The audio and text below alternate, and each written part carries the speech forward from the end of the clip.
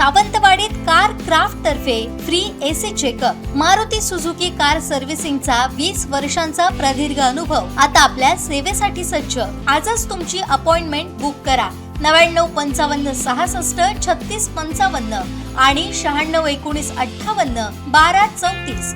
सिंधुदुर्गातील अंगणवाडी केंद्रामध्ये पुरवण्यात येणाऱ्या पोषण आहाराच्या निकृष्ट दर्जावर जिल्हा परिषद महिला आणि बाल विकास समितीच्या सभेत तीव्र नाराजी व्यक्त करण्यात आली आहे। पांढऱ्या वाटाण्यात अळी आढळत असून तो शिजतही नसल्याचा गंभीर आरोप सदस्यांनी केलाय। तसेच मुलांच्या आरोग्याच्या दृष्टीने पोषण आहारात साखरेऐवजी गुळाचा समावेश करावा, तसेच वाटाण्याऐवजी मूग व मटकी देण्याचा ठरावही सभेत घेण्यात आला।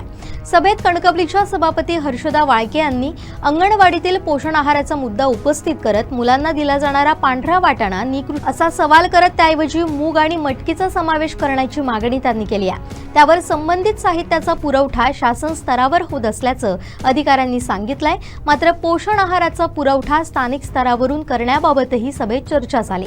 जिल्हा परिषदेच्या छत्रपती शिवाजी महाराज सभागृहात महिला व बाल विकास समितीची सभा सभापती अनुराधा नारकर यांच्या अध्यक्षतेखाली झाली।